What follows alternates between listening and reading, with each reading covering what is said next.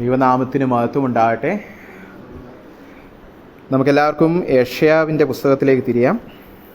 യെശയ്യാവിൻ്റെ പ്രവചനം ഇതിൻ്റെ 44 അധ്യായമാണ് ഇന്ന് നമ്മൾ ധ്യാനിക്കാനായിട്ട് പോകുന്നത്.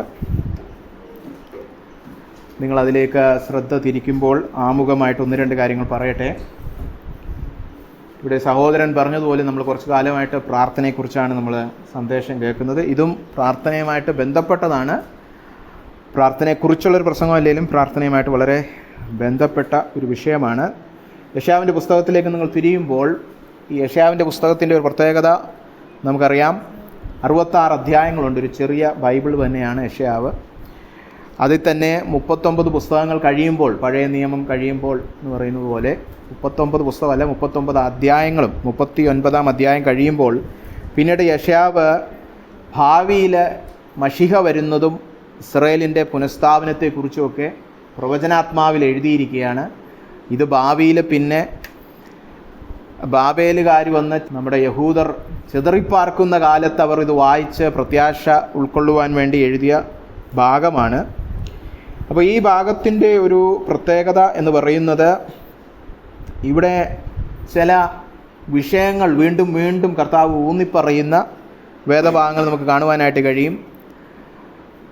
യഹോവയൊഴിച്ച് വേറെ ഒരു ദൈവവുമില്ല, മറ്റൊന്നിലും നിങ്ങൾ ആശ്രയിക്കാൻ പാടില്ല, മറ്റു വിഗ്രഹങ്ങളിലൊക്കെ ആശ്രയിക്കുന്നത് വൃഥാവാണെന്ന് 40, 41, 42, 43 ഈ അധ്യായങ്ങളിലൊക്കെ വളരെ ശക്തമായിട്ട്, നമ്മുടെ 44-ലും വളരെ ശക്തമായിട്ട് എടുത്തു പറയുന്ന ഒരു വിഷയമാണ്. അതുപോലെ തന്നെ കർത്താവ് ഊന്നൽ കൊടുക്കുന്ന വേറൊരു വിഷയമെന്ന് പറയുന്നത്, തൻ്റെ ജനത്തിലൂടെയാണ് ദൈവം തൻ്റെ മഹത്വം വെളിപ്പെടുത്താൻ ആഗ്രഹിക്കുന്നത്, പ്രദർശിപ്പിക്കുന്നത്. അപ്പോൾ ദൈവജനത്തിലൂടെ ദൈവം തൻ്റെ മഹത്വം വെളിപ്പെടുത്തണമെങ്കിൽ ദൈവജനം എങ്ങനെയുള്ള ജനമായിരിക്കണം? ദൈവത്തിൽ മാത്രം ആശ്രയിക്കുന്ന ജനമായിരിക്കണം, അല്ലേ? അപ്പോൾ ദൈവത്തിൽ മാത്രം ആശ്രയിക്കുമ്പോൾ അവിടെ ഒരു വിഷയം കയറി വരും. അതാണ് നേരത്തെ പറഞ്ഞ പ്രാർത്ഥന. അപ്പോൾ ഈ പ്രാർത്ഥനയില്ലാത്തവർ നിങ്ങൾ മനസ്സിലാക്കണം, നിങ്ങൾ ദൈവത്തിൽ ആശ്രയിക്കാത്തവരാണ്. ദൈവാശ്രയമുണ്ടെങ്കിൽ പ്രാർത്ഥന ഉണ്ടായിരിക്കും. കാരണം എന്താണ് പ്രാർത്ഥന? വിശ്വാസത്തിൻ്റെ പ്രദർശനമാണ്. വിശ്വാസം നമ്മൾ ദൈവത്തിൽ പ്രകടിപ്പിക്കുന്നത് പ്രാർത്ഥനയിലൂടെയാണ്. അപ്പം ഞാൻ വലിയ വിശ്വാസിയാണ്, ഞാൻ സഭയിൽ പോകാറുണ്ട്, പക്ഷെ പ്രാർത്ഥിക്കാറില്ല എന്ന് പറയുമ്പോൾ നിങ്ങൾ മനസ്സിലാക്കണം, നിങ്ങൾ കപട വിശ്വാസിയാണ്, നിങ്ങൾക്കൊരു വിശ്വാസവും ഇല്ല. വിശ്വാസമുള്ളൊരു വ്യക്തിക്ക് പ്രാർത്ഥന ഉണ്ടായിരിക്കും. നമ്മൾ അപ്പോസ്തല പ്രവൃത്തികളിലേക്ക് കടന്നു വരുമ്പോൾ നിങ്ങൾ മറിക്കണമെന്നില്ല, അപ്പോസ്തല പ്രവൃത്തികളിലെ സഭയും ഇന്നത്തെ സഭയും തമ്മിലുള്ള വ്യത്യാസം അതാണ്. അപ്പോസ്തല പ്രവൃത്തിയിലെ സഭ പ്രാർത്ഥിക്കുന്ന സഭയായിരുന്നു. ഇന്നത്തെ സഭ പ്രാർത്ഥന മാത്രം മാറ്റിവെച്ചേച്ച് ബാക്കിയെല്ലാം ചെയ്യുന്ന സഭകളാണ്, അല്ലേ? അപ്പോസ്തല പ്രവൃത്തികൾ നിങ്ങൾ കണ്ടിട്ടുണ്ടോ? പീഡ വരട്ടെ, പ്രതികൂലം വരട്ടെ, പ്രതിസന്ധി വരട്ടെ, എന്തു വേണേ വരട്ടെ, അവരാകെ കൂടെ ചെയ്യുന്ന എന്താണ്? പ്രാർത്ഥന. ദൈവത്തിൽ മാത്രം ആശ്രയിച്ച് മുന്നോട്ട് പോയൊരു സഭയാണ് നമ്മൾ. ദൈവത്തിൽ കൂടി ആശ്രയിക്കുന്ന സഭയാണ്, അല്ലേ? ഇപ്പോൾ ഒരു പോലീസ് കേസ് വന്നാൽ നമ്മൾ ആദ്യം എന്തു ചെയ്യും? നമ്മൾ ആദ്യം ഒരു വക്കീലിനെ തപ്പും, പിന്നെ പ്രാർത്ഥിക്കും. രോഗം വന്നാൽ ഡോക്ടറെ കാണും, പിന്നെ പ്രാർത്ഥിക്കും, അല്ലേ? ഇതാണ് പ്രശ്നം. ആ അപ്പോസ്തല പ്രവൃത്തികളിലെ ആദ്യ നൂറ്റാണ്ടിലെ സഭ അങ്ങനെയല്ല. പ്രാർത്ഥന മാത്രമേ അവർക്ക് ആകെ കൂടെ ഉള്ളൂ. അവർ പ്രാർത്ഥനയിൽ മുന്നേറിയവരായിരുന്നു. അപ്പോൾ എന്താ വ്യത്യാസം? എന്തുകൊണ്ടാണ് അവർ പ്രാർത്ഥിച്ചത്, നമ്മളാരും പ്രാർത്ഥിക്കുന്നില്ല? നമുക്ക് യെശയ്യാവിൻ്റെ 44 തന്നെ നിങ്ങളുടെ ബൈബിളെല്ലാം തുറന്നിരിക്കുമ്പോൾ ഇവിടെ സങ്കീർത്തനം 9:10 നമുക്കൊന്ന് നോക്കാം. സങ്കീർത്തനം 9:10 എന്താണ്? നിന്റെ നാമത്തെ അറിയുന്നവൻ നിങ്കൽ ആശ്രയിക്കും. അപ്പോൾ ആശ്രയം വരും. ആശ്രയമുണ്ടേ നമ്മൾ എന്ത് കണ്ടു? പ്രാർത്ഥന വരും. അപ്പോൾ പ്രാർത്ഥിക്കാത്തവരെ എന്താണ് മനസ്സിലാക്കേണ്ടത്? നിങ്ങൾക്ക് ദൈവത്തിലൊരു ആശ്രയവുമില്ല. നിങ്ങൾ എന്തുകൊണ്ടാണ് ദൈവത്തിൽ ആശ്രയിക്കാത്തത്? അവനെക്കുറിച്ച് ഒന്നും അറിഞ്ഞുകൂടാ. പ്രസംഗം തുടങ്ങുമ്പം ഉറങ്ങും, ബൈബിൾ സ്റ്റഡിക്ക് വരാറില്ല, അല്ലേ? താമസിച്ച് വരും, അല്ലെ? നിങ്ങൾ സ്വന്തമായിട്ട് ബൈബിൾ പഠിക്കാറില്ല, ഇവിടെ വന്നില്ലേലും. ദൈവത്തെക്കുറിച്ച് ഹൃദയത്തിൽ, തലച്ചോറില്ല, ഹൃദയത്തിൽ പരിജ്ഞാനമില്ല. അവൻ്റെ നാമത്തെ അറിയാമെന്ന് പറഞ്ഞാൽ എന്താ അതിൻ്റെ അർത്ഥം? യഹോവ നാമം. ഇവിടെ ഇരിക്കുന്ന എല്ലാവർക്കും അറിയാലോ നാമം, അക്രൈസ്തവർക്ക് അറിയാലോ നാമം. എന്താ ഈ നാമത്തെ അറിയാമെന്ന് പറഞ്ഞാൽ? അവൻ്റെ ദിവ്യ സ്വഭാവം അറിയുക. എങ്ങനെയുള്ളൊരു ദൈവമാണ് ഈ ദൈവമെന്ന് നന്നായിട്ട് അറിയുന്നവൻ, ഹൃദയംഗമായി അറിയുന്നവൻ അവനിൽ ആശ്രയിക്കും. അവനിൽ ആശ്രയിക്കുന്നവൻ പ്രാർത്ഥിക്കും. അല്ലേ? അപ്പം നിങ്ങൾ എന്തുകൊണ്ടാണ് പ്രാർത്ഥിക്കാത്ത? ദൈവാശ്രയത്തിലല്ല നിങ്ങൾ ജീവിക്കുന്നത്, നിങ്ങൾ സ്വയാശ്രയത്തിൽ പോവുക. അല്ലെ? നമ്മുടെ നാട്ടിൽ സ്വാശ്രയ കോളേജ് എന്നൊക്കെ പറയുന്ന പോലെ നമ്മളെല്ലാം സ്വാശ്രയന്മാരാണ്, സ്വന്തം ആശ്രയത്തിൽ ജീവിക്കുന്നവരാണ്. എന്തുകൊണ്ടാണ് സ്വയാശ്രയം? ദൈവത്തെക്കുറിച്ച് നല്ലപോലെ പരിജ്ഞാനമില്ല. അപ്പോൾ ഇന്നത്തെ സന്ദേശം ഞാൻ പറഞ്ഞു പ്രാർത്ഥനയുമായിട്ട് ബന്ധപ്പെട്ടതാണ്. എങ്ങനെയാ ബന്ധപ്പെട്ട് കിടക്കുന്നതെന്ന് പറഞ്ഞാൽ ഈ നാമം ഒന്ന് നമ്മൾ അറിയാൻ നോക്കുക. ഏത് തരത്തിലുള്ള ദൈവമാണ് നമ്മുടെ ദൈവം?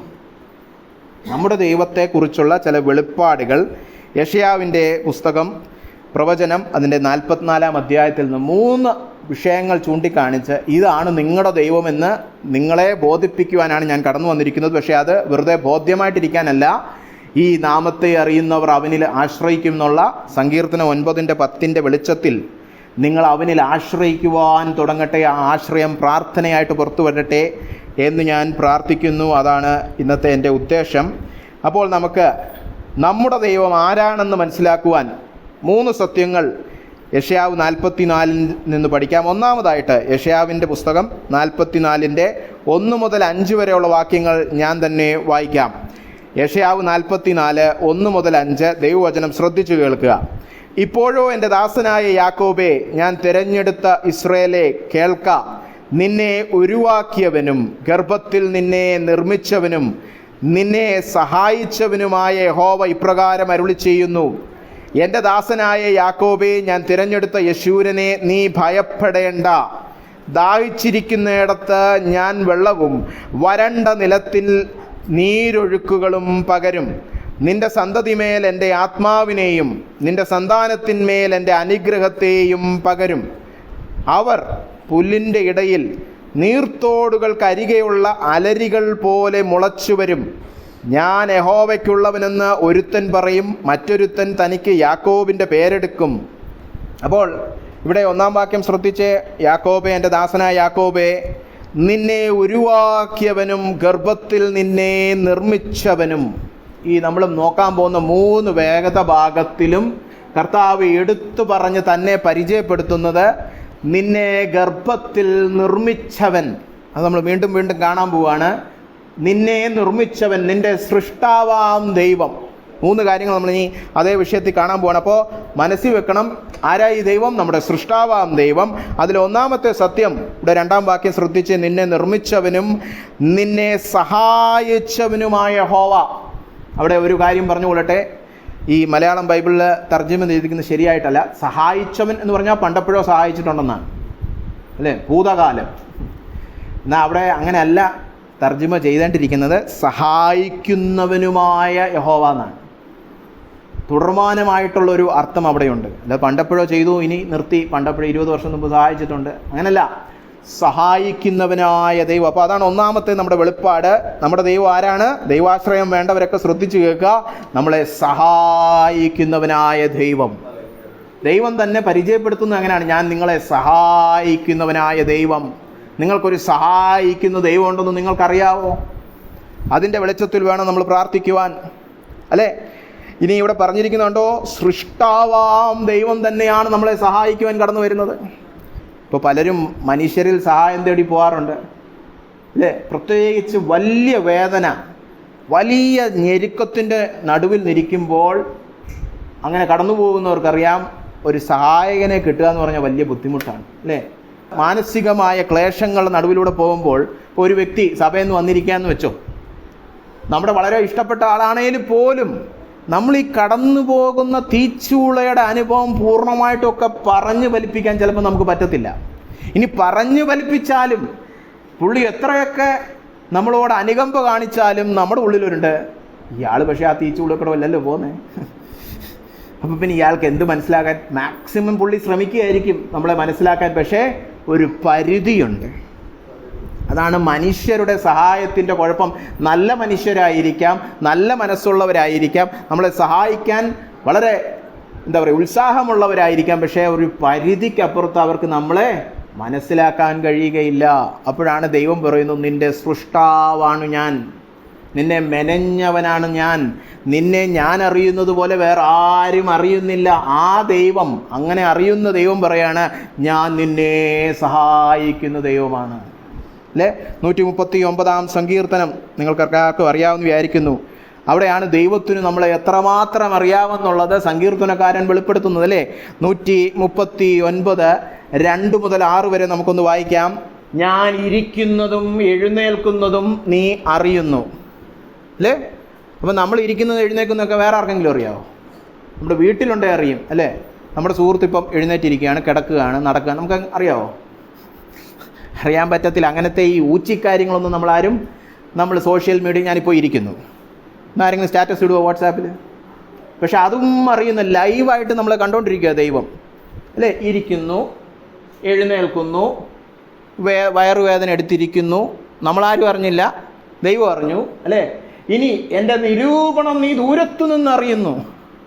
അപ്പോൾ പുറമേ ഉള്ള നിൽക്കുന്നു ഒക്കെ ചിലപ്പോൾ വേണം റൂമിനകത്ത് ഒരാൾ വന്നാൽ അയാൾക്കും കാണാൻ പറ്റും. പക്ഷേ ഇത് നമ്മുടെ ഉള്ളിലുള്ള മനസ്സിലുള്ള നിരൂപണങ്ങൾ, നമ്മുടെ ചിന്തകൾ, നമ്മുടെ വിചാരങ്ങൾ പോലും ദൂരത്തിരിക്കുന്ന ദൈവം അറിയുന്നു. അടുത്ത വാക്യം, എൻ്റെ നടപ്പും കിടപ്പും നീ ശോധന ചെയ്യുന്നു, എൻ്റെ വഴികളെയൊക്കെയും നിനക്ക് മനസ്സിലായിരിക്കുന്നു. എന്നെ അറിയാവുന്ന, നന്നായി അറിയാം, 100%. എനിക്ക് പോലും എന്നെ ഇത്ര അറിഞ്ഞൂടാ. ദൈവത്തിന് എന്നെ 100% അറിയാം. അടുത്ത വാക്യം, യഹോവേ നീ മുഴുവനും അറിയാതെ ഒരു വാക്കും എൻ്റെ നാവിന്മേലില്ല. ആഹാ, ഞാനിപ്പോൾ ഈ പ്രസംഗത്തിൻ്റെ അവസാനം എന്തോ പറയാൻ പോകുന്നത് എനിക്കറിഞ്ഞൂടാ. ദൈവത്തിന് ഇപ്പോഴേ അറിയാം. അല്ലേ? ദൈവത്തിനറിയാം ഇവനെങ്ങനെ ഈ പ്രസംഗിച്ച് അവസാനിപ്പിക്കാൻ പോകുന്നത്. അല്ലേ? നാളെ രാവിലെ ഞാൻ എന്താ പ്രാർത്ഥിക്കാൻ പോകുന്നത് ദൈവത്തിനറിയാം. അല്ലേ? ഇനി ഒരു 100 വർഷം കഴിഞ്ഞിട്ട് ഞാൻ വല്ല മുത്തച്ഛനായിട്ടിരിപ്പുണ്ടെങ്കിൽ അന്ന് എന്ത് പ്രാർത്ഥിക്കുമെന്നും ദൈവത്തിനറിയാം. അല്ലേ? അപ്പോൾ സമയബന്ധിതമൊന്നുമല്ല, ദൈവത്തിനെല്ലാം അറിയാം. ഞാൻ കിടക്കുന്ന എപ്പോഴാണ്, എഴുന്നേൽക്കുന്ന എപ്പോഴാണ്, എൻ്റെ ചിന്തകൾ എന്താ, ഞാനിനി പറയാൻ പോകുന്ന അടുത്ത വാക്ക് എന്തുവാ. അപ്പോൾ അതുകൊണ്ടാണ് ചിലരൊക്കെ വിചാരിക്കും നാളെ പോയിട്ട് നല്ല സാഹിത്യം വെച്ചിട്ട് ദൈവത്തെ പ്രാർത്ഥിച്ച് ദൈവത്തെ ഒന്ന് വീഴ്ത്തണം. നീ സാഹിത്യം വീഴ്ത്തണമെന്ന് ചിന്തിക്കുന്നതിന് മുമ്പേ തന്നെ ദൈവത്തിനറിയാം നീ എന്താ പ്രാർത്ഥിക്കാൻ പോകുന്നത്. ഇതാണ് യേശു കർത്താവ് പറഞ്ഞു, നിങ്ങൾ ചോദിക്കും മുമ്പേ നിങ്ങളുടെ ആവശ്യങ്ങൾ അറിയുന്നൊരു പിതാവ് നിങ്ങൾക്കുണ്ട്. അതുകൊണ്ട് സാഹിത്യം വിളമ്പി ദൈവത്തെ ഇംപ്രസ് ചെയ്യിപ്പിക്കാൻ നോക്കരുത്. മനുഷ്യരും ഇംപ്രസ്ഡാവുമായിരിക്കും. ദൈവത്തിന് നിങ്ങൾ പ്രാർത്ഥിക്കുന്നതിന് മുമ്പേ നിങ്ങളുടെ വിഷയം അറിയാം. അതുകൊണ്ട് വാക്ചാതുര്യം. അതുകൊണ്ടാണ് യേശുക്രിസ്തു പറഞ്ഞത്, ജാതികളെ പോലെ ജൽപ്പനങ്ങളായിരിക്കരുത് നിങ്ങളുടെ പ്രാർത്ഥന. 1000 പ്രാവശ്യം ഒരേ കാര്യം ചൊല്ലിയാൽ ദൈവം വീഴും. അതേതോ കൂറ ദൈവം, അതേതോ മനുഷ്യൻ്റെ കൂറ ദൈവബോധം. ദൈവം അവൻ്റെ ഭാവനയിൽ മെനഞ്ഞെടുത്ത ഏതോ ദൈവം. യഥാർത്ഥ ദൈവം നിങ്ങൾ പ്രാർത്ഥിക്കുന്നതിന് മുമ്പേ നിങ്ങളുടെ ആവശ്യങ്ങളെല്ലാം അറിയും, നിങ്ങളുടെ വാക്കുകളെല്ലാം അറിയുന്ന. അടുത്ത വാക്യം, നീ മുൻപും പിൻപും എന്നെ അടച്ചു, നിന്റെ കൈ എൻ്റെ മേൽ വെച്ചിരിക്കുന്നു. അവൻ്റെ സംരക്ഷണമാണെന്ന് സൂചിപ്പിക്കുന്നത്. 6-ാം വാക്യം. ഇതെല്ലാം കൂടെ ചിന്തിച്ചപ്പം നമ്മുടെ സങ്കീർത്തനക്കാരൻ പറയാണ്, ഈ പരിജ്ഞാനം എനിക്ക് അത്ഭുതമാകുന്നു, അതെനിക്ക് ഗ്രഹിച്ചുകൂടാതെ വണ്ണം ഉന്നതമായിരിക്കുന്നു. ഇത്രത്തോളം എന്നെ അറിയാവുന്ന ഒരു ദൈവമുണ്ടോ എന്ന് സങ്കീർത്തനക്കാരൻ ആലോചിച്ചപ്പോൾ സങ്കീർത്തനക്കാരൻ ഇത് ഉള്ളിൽ സൂക്ഷിക്കാൻ പറ്റുന്നത്. ഇതെങ്ങനെ? ഇത് വളരെ അത്ഭുതവും അതിശയകരവുമാണ്. ഇത്രത്തോളം എന്നെ അറിയാവുന്ന സൃഷ്ടാവാം ദൈവം. 44 മടങ്ങി വരാം. അവിടെ പറഞ്ഞിരിക്കുന്നുണ്ടോ, ഈ സൃഷ്ടാവാം ദൈവം പറയാണ്, ഞാനാണ് നിന്നെ സഹായിക്കുന്നവൻ. അപ്പോൾ നമ്മളെന്തെങ്കിലും ഒരു ആവശ്യം പോയി നാളെ പറഞ്ഞിട്ട് പിന്നെ ദൈവം നമ്മളെ സഹായിക്കുന്നല്ല. നീ നാളെ ചോദിക്കാൻ പോകുന്നത് എന്താണെന്ന് നേരത്തെ കൂട്ടി അറിയാവുന്ന ദൈവം. അല്ലേ? വലിയവനാണ് നമ്മുടെ ദൈവം. അല്ലേ? സഹായത്തെക്കുറിച്ച് പറയുമ്പോഴും അടുത്തതായിട്ട് അവിടെ പറഞ്ഞിരിക്കുന്നുണ്ടോ, 3-ാമത്തെ വാക്യം, നീ ഭയപ്പെടേണ്ട, ദാഹിച്ചിരിക്കുന്നിടത്ത് ഞാൻ വെള്ളവും വരണ്ട നിലത്ത് നീരൊഴുക്കുകളും പകരും. അപ്പോൾ സാധാരണ മനുഷ്യർ ചെയ്യുന്ന പോലത്തെ സഹായമല്ല. ചിലരുടെയൊക്കെ വിചാരം അങ്ങനെയാണ്. ഇന്നലെ വരെ ഒരു മനുഷ്യൻ നമ്മളെ സഹായിക്കുന്നുണ്ട്, നാളെ ഒരു ദൈവം. മനുഷ്യൻ ചെയ്യുന്നതൊക്കെ തന്നെ ദൈവവും ചെയ്യുന്നത്. മനുഷ്യ സഹായത്തിൻ്റെ താരതമ്യം ചെയ്യാൻ പറ്റുന്ന സഹായമല്ല ദൈവം ചെയ്യുന്നത്. മനസ്സിലാവുന്നുണ്ടോ? നിങ്ങൾ ദാഹിച്ചിരിക്കുമ്പോൾ, നിങ്ങൾക്ക് വളരെയധികം നിങ്ങളുടെ ആവശ്യബോധത്തിൽ നിങ്ങൾ കടന്നു വരുമ്പോൾ ആ ആവശ്യം നിറവേറ്റുക മാത്രമല്ല, അവിടെ പറഞ്ഞിരിക്കുന്നത് കണ്ടോ, വരണ്ട നിലത്ത് നീരൊഴുക്കുകൾ പകരുമെന്ന്. അത് മനുഷ്യനെ കൊണ്ട് ചെയ്യാൻ പറ്റാത്ത കാര്യമാണ്. വരണ്ട നിലത്ത്, മരുഭൂമിയിൽ കൂടെ ഞാൻ നദി ഒഴുക്കുമെന്ന് ഒരു മനുഷ്യനെ കൊണ്ട് സാധ്യമല്ല. ഇത് കൂടുതൽ മനസ്സിലാക്കണമെങ്കിൽ ഒരു 2 പേജ് തിരിച്ചാൽ മതി. യെശയ്യാവ് 41 നമുക്ക് കടന്നു വരാം. യെശയ്യാവ് 41 17 18 വാക്യങ്ങൾ ഞാൻ തന്നെ വായിക്കട്ടെ. തൊട്ടിപ്പുറത്തെ അധ്യായം 41 കടന്നു വരും. 4 അതിൻ്റെ 17-ാം വാക്യം, എളിയവരും ദരിദ്രന്മാരായവർ വെള്ളം തിരഞ്ഞു നടക്കുന്നു, ഒട്ടും കിട്ടായികയാൽ അവരുടെ നാവ് ദാഹം കൊണ്ട് വരണ്ടു പോകുന്നു. ഒരു മനുഷ്യനും കണ്ടുപിടിക്കാൻ പറ്റാത്തൊരു സഹായം തേടി അതാ എളിയവരും ദരിദ്രരും കടന്നു വരുന്നു. യഹോവയായ ഞാൻ അവർക്ക് ഉത്തരമരുളും. ഈ ഉത്തരം ഒന്ന് കേട്ടെ. ഇസ്രായേലിൻ്റെ ദൈവമായ ഞാൻ അവരെ കൈവിടുകയില്ല. ഞാൻ പാഴ്മലകളിൽ നദികളെയും താഴ്വരകളുടെ നടുവിൽ ഉറവുകളെയും തുറക്കും. മരുഭൂമിയെ ഞാൻ നീർപ്പൊയ്കയും വരണ്ട നിലത്തെ നീരുറവുകളും ആക്കും. ഇതാണ് നമ്മുടെ ദൈവത്തിൻ്റെ സഹായത്തിൻ്റെ പ്രത്യേകത. സാധാരണ മനുഷ്യർ ചെയ്യുന്നതെല്ലാം ദൈവം കൂടെ അങ്ങ് ചെയ്യുമെന്നല്ല ഈ പറഞ്ഞു വരുന്നത്. ഒരു മനുഷ്യനും ചെയ്യുവാൻ കഴിയാത്ത സഹായം ചെയ്യുന്ന ദൈവമാണ് നമ്മുടെ ദൈവം. അത്ഭുതങ്ങൾ പ്രവർത്തിക്കുന്ന ദൈവമാണ് അല്ലേ. മരുഭൂമിയെ നീർ പൊയ്കയാക്കുമെന്ന് എന്ന് പറഞ്ഞാൽ എന്തായി കാണിക്കുന്നത്? ഈ വരണ്ട നിലം, മരുഭൂമി എന്തായി കാണിക്കുന്നത്?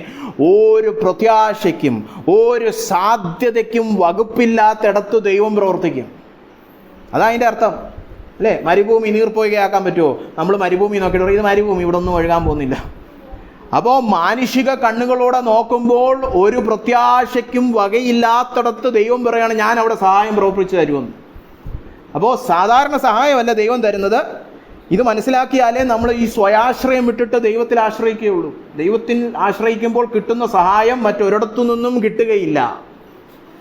ദൈവം സഹായിച്ചില്ലേ കുഴപ്പമില്ലാണ്ട് ഈ ബ്രദർ ഉണ്ടല്ലോ എന്ന് പറഞ്ഞ് നമുക്ക് പകരക്കാരനെ കണ്ടുപിടിക്കാൻ കഴിയാത്ത വണ്ണം ദൈവം ഉന്നതനാണ്. അതുകൊണ്ടാണ് ദൈവത്തിൽ മാത്രം നമ്മൾ ആശ്രയിക്കാൻ തുനിയുന്നത്. കാരണം ദൈവത്തിന് മാത്രമേ ഇങ്ങനെയുള്ള പ്രവൃത്തികളൊക്കെ ചെയ്യാൻ പറ്റും. ദൈവം ചെയ്യുന്ന വേറെ ആരുമില്ല. അതാണ് ദൈവം തെളിയിക്കുന്നത്. ഞാനല്ലാതെ വേറൊരു ദൈവമില്ല, എന്നെപ്പോലെ വേറെ ആരുമില്ല. നിങ്ങളെന്തിനാ ഈ വേണ്ടാത്ത വിഗ്രഹത്തിൻ്റെ ഒക്കെ പുറകെ പോകുന്നേ? വിഗ്രഹം എന്ന് പറയുമ്പോൾ നമ്മളെല്ലാം ചിന്തിക്കണം, കല്ലും മണ്ണിനെ കുറിച്ചല്ല ഞാൻ ഈ പറയുന്നത്. പണം, മനുഷ്യൻ, ബഹുമാനം, സുഖം, ഇതെല്ലാം വിഗ്രഹമാണ്. എന്തിനാ അതിൻ്റെയൊക്കെ പുറകെ പോകുന്നത്? ദൈവത്തിൽ മാത്രം ആശ്രയിക്കുക. കാരണം ദൈവത്തിന് മാത്രമേ ഈ രീതിയിൽ നമ്മളെ അറിയുവാനും നമ്മളെ സഹായിക്കുവാനും കഴിയുള്ളൂ. ഇനി എങ്ങനെയാ ദൈവം സഹായിക്കുന്നേ? മൂന്നാമത്തെ വാക്യത്തിൻ്റെ തുടർന്നുള്ള ഭാഗം ഞാൻ വായിക്കട്ടെ. നിന്റെ സന്തതിമേൽ എൻ്റെ ആത്മാവിനെ ഞാൻ പകരും. എങ്ങനെയാ ദൈവം നമ്മളെ സഹായിക്കുന്നേ?